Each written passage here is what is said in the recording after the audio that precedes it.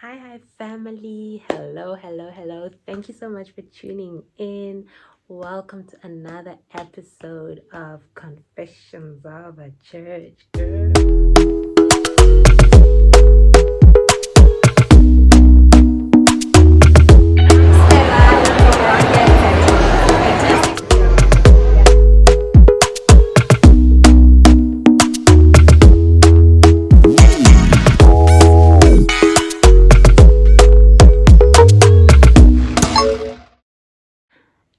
Today I want us to talk about a topic that is so dear to my heart,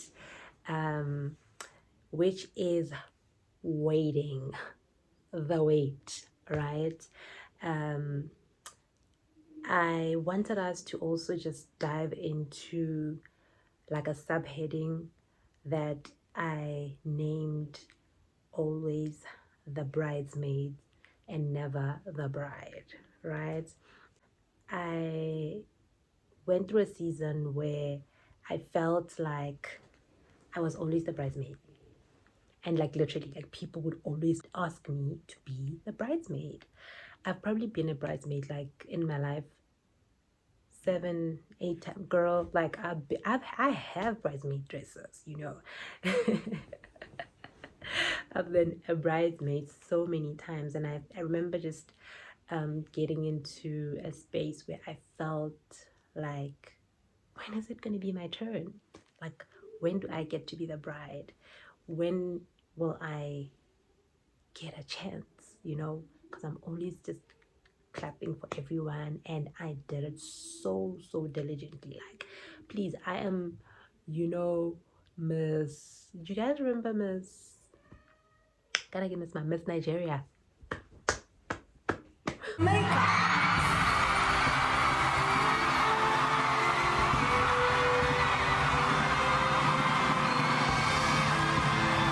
That's me. I'm that girl. I will literally clap. I will be your hype man. I will support you. I will be there, you know?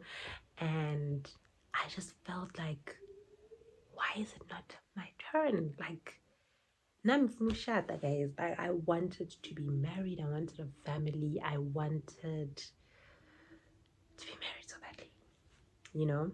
And I remember actually wanting to be married when I was in varsity.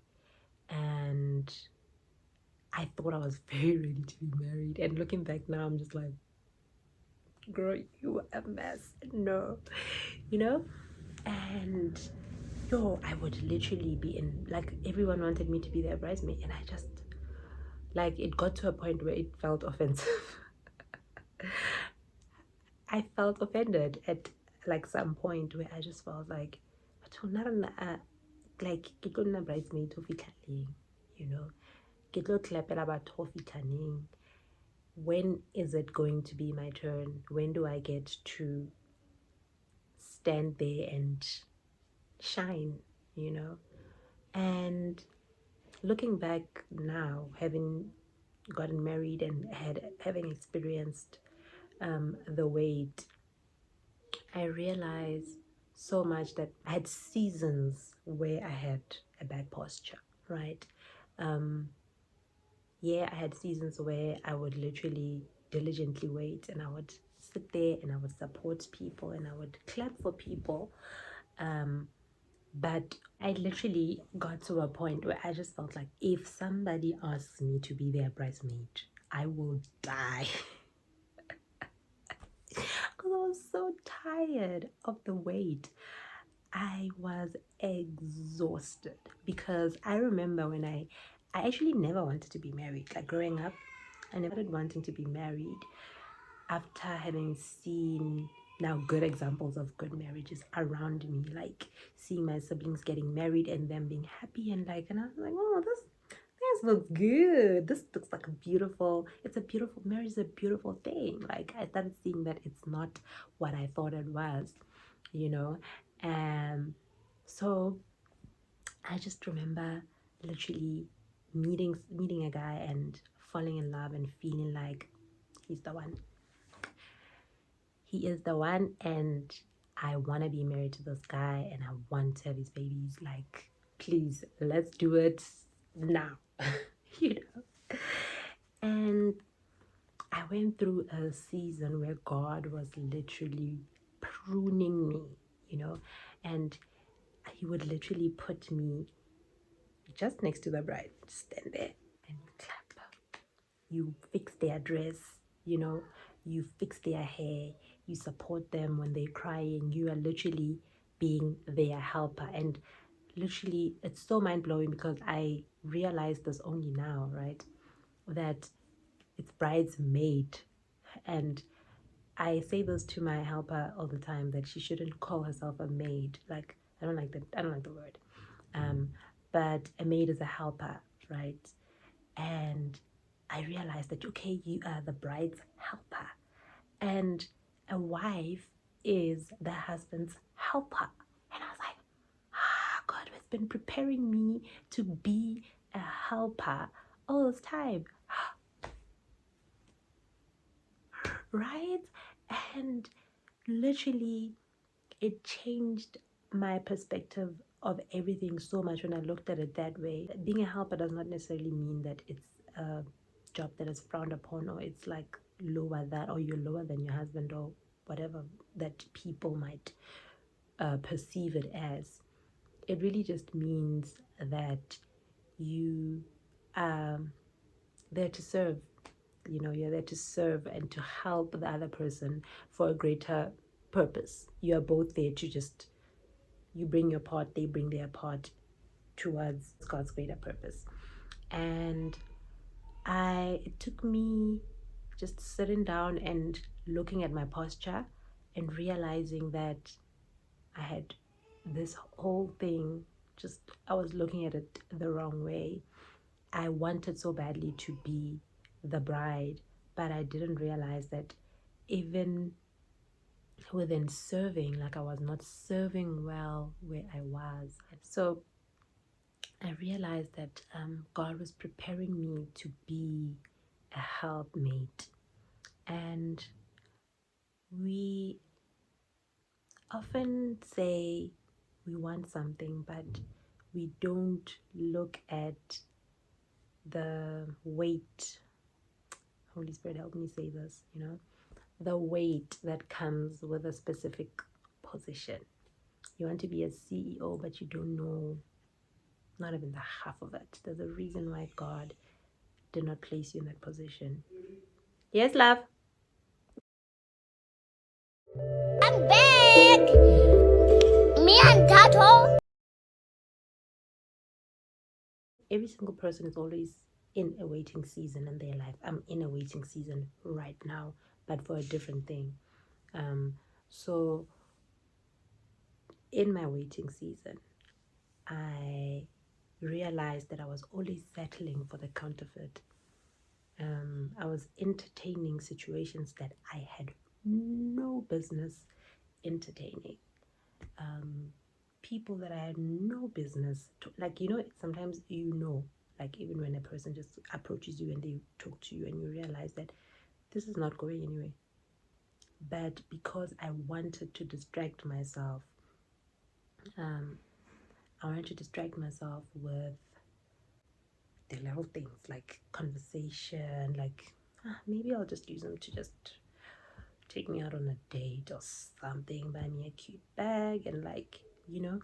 And I realized that it was taking away from my character and it was adding to my weight.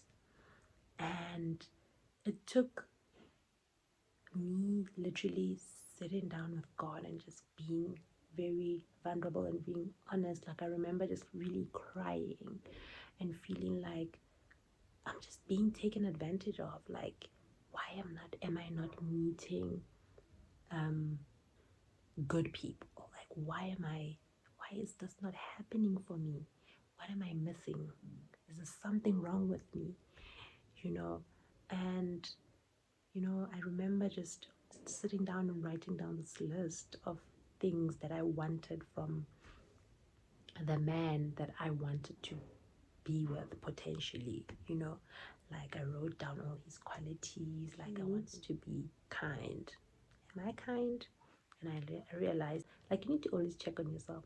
A kind person will not use someone else. So That is not a kind thing. Change that. Now, like, okay, need to work on my kindness. Am I generous? Am I generous enough? Okay, let me just work on my generosity. Am I financially where I need to be? Quang, quang, quang. I was like, I'm not there. And we judge men on a like a very high standard. Like they need to be, he must be generous, he must be kind, he must be loving, he must be not a user, not a cheater, not a liar, not a, you know. But you're not looking at you, because you think he needs to be financially stable, but you when you know.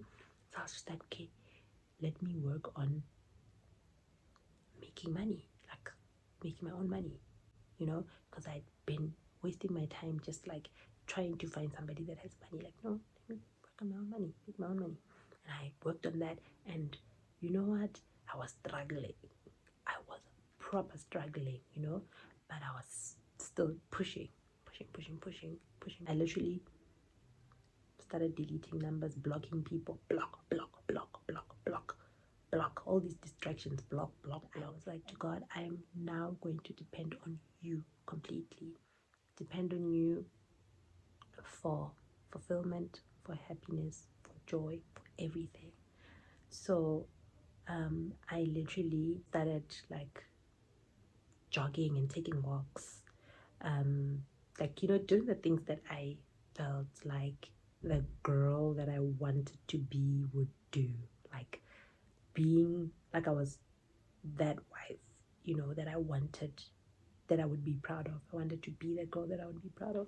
So I would literally, um, I would read the Bible, I would read books, and I would just work on myself. I decided to like be honest with myself and with God, and to say like, God, work on me. What is it that is missing here? That I'm doing here that is preventing me from getting there. And it just took me being like, okay, dumping all my hoes, deleting all numbers, like removing all these random people that I was just entertaining for no reason. And sometimes you just entertain people to pass time. Sometimes it's just to pass time. Sometimes it's just because you want a free meal, and you know somebody wants to take you on a date. Like, let's go. Or sometimes you just you come out of a relationship that was really difficult, and you want to heal from that, or like just forget about that. So you get into another one, and you think that is literally going to make you feel better. But the truth of the matter is, you're just packing one thing up on top of the other, and packing one thing, and one day you will literally explode, right? Because you haven't dealt with that. You have to face it, you have to deal with it, move on, mourn, cry, and you know, because the easiest way is to please, the easiest way is to just find a new one, you know. This shoe is broken, let's buy another one. Done, solved, problem solved. And it's the easy way out of situations.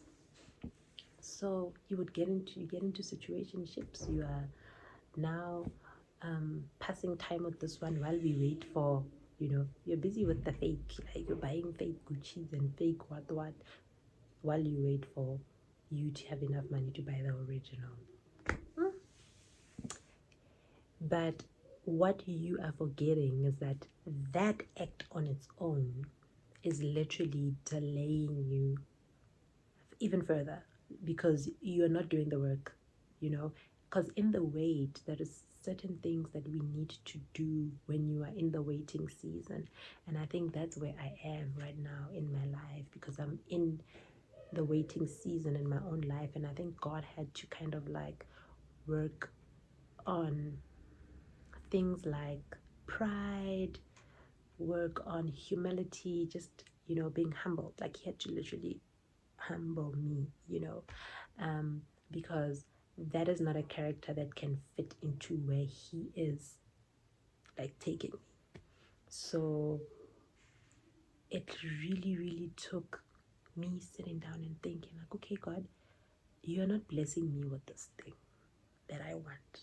You're not propelling me in this area of my life. What is it about my posture that is stopping me from getting into the promised land? You know, and I realized that there was a lot of complaining, you know, there was a lot of looking forward to there and not appreciating here. Like, I spent so much of my time just like saying, like, I want this house, I want this car, I want this, I want this. Like, you just want, but you don't realizing that you are literally in the middle of your wildest dreams. Like, you literally asked for this. You asked God to place you here, you know. That's why I was saying to you guys that when I was a bridesmaid, I would like, if we do a step bona, like in a step stone, because my time is coming. Yes. Oh yes. Yeah, like I am literally coming up with dance moves. I am literally doing the biggest for show. Like I'm literally have the biggest smile. I am very excited for you. I'm very happy. Like I'm just like, oh my god, what do we do? Like, oh my god, what do we need to do? Like I'm just like, oh my god, we are getting married. I am super excited for this person because it means that God is in the vicinity. God is in the area.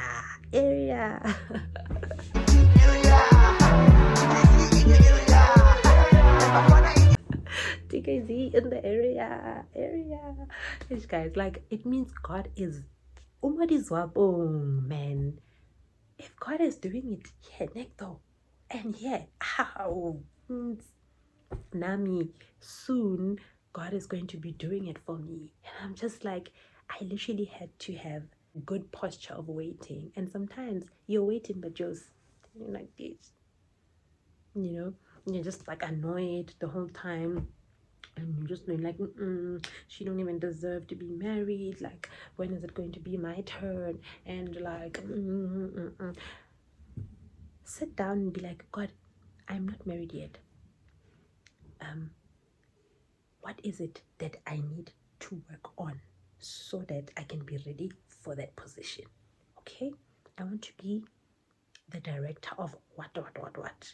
What do directors do? Okay, let me read this book that is going to get me to that place. All right, like we are getting ready for the position. We are not just standing here and just hating on other people. Yeah, now let's show make special. Who do they think they are? They think they're better than us. What? Fix your heart. Fix your heart and literally just be happy for people. Celebrate people. I'm literally in everyone's comments on some like, wow, girl, you're looking good. Like, and I'll be in every single girl's comment telling them how amazing that you're doing good. You're great. You're doing a great job as a mom. You're doing a great job as an influencer. You're doing a great job as um as a leader, wherever, in whatever space that you are in, you are doing a great job. Because I can see, like, even if it's people that are in the same industry as me, like, you are a great designer. Like, wow, this is a beautiful design. This is you being a creative. Wow, this is amazing.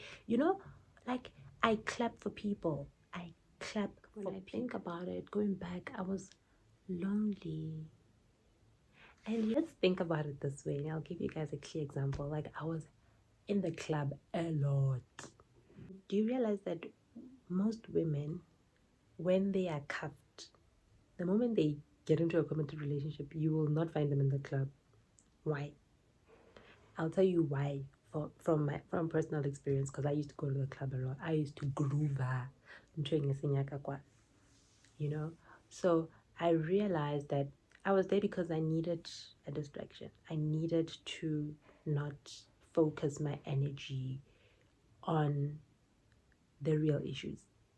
I needed to distract myself. I needed to go out there, and I was just like, oh, maybe I'll meet another person that I'll just distract myself with.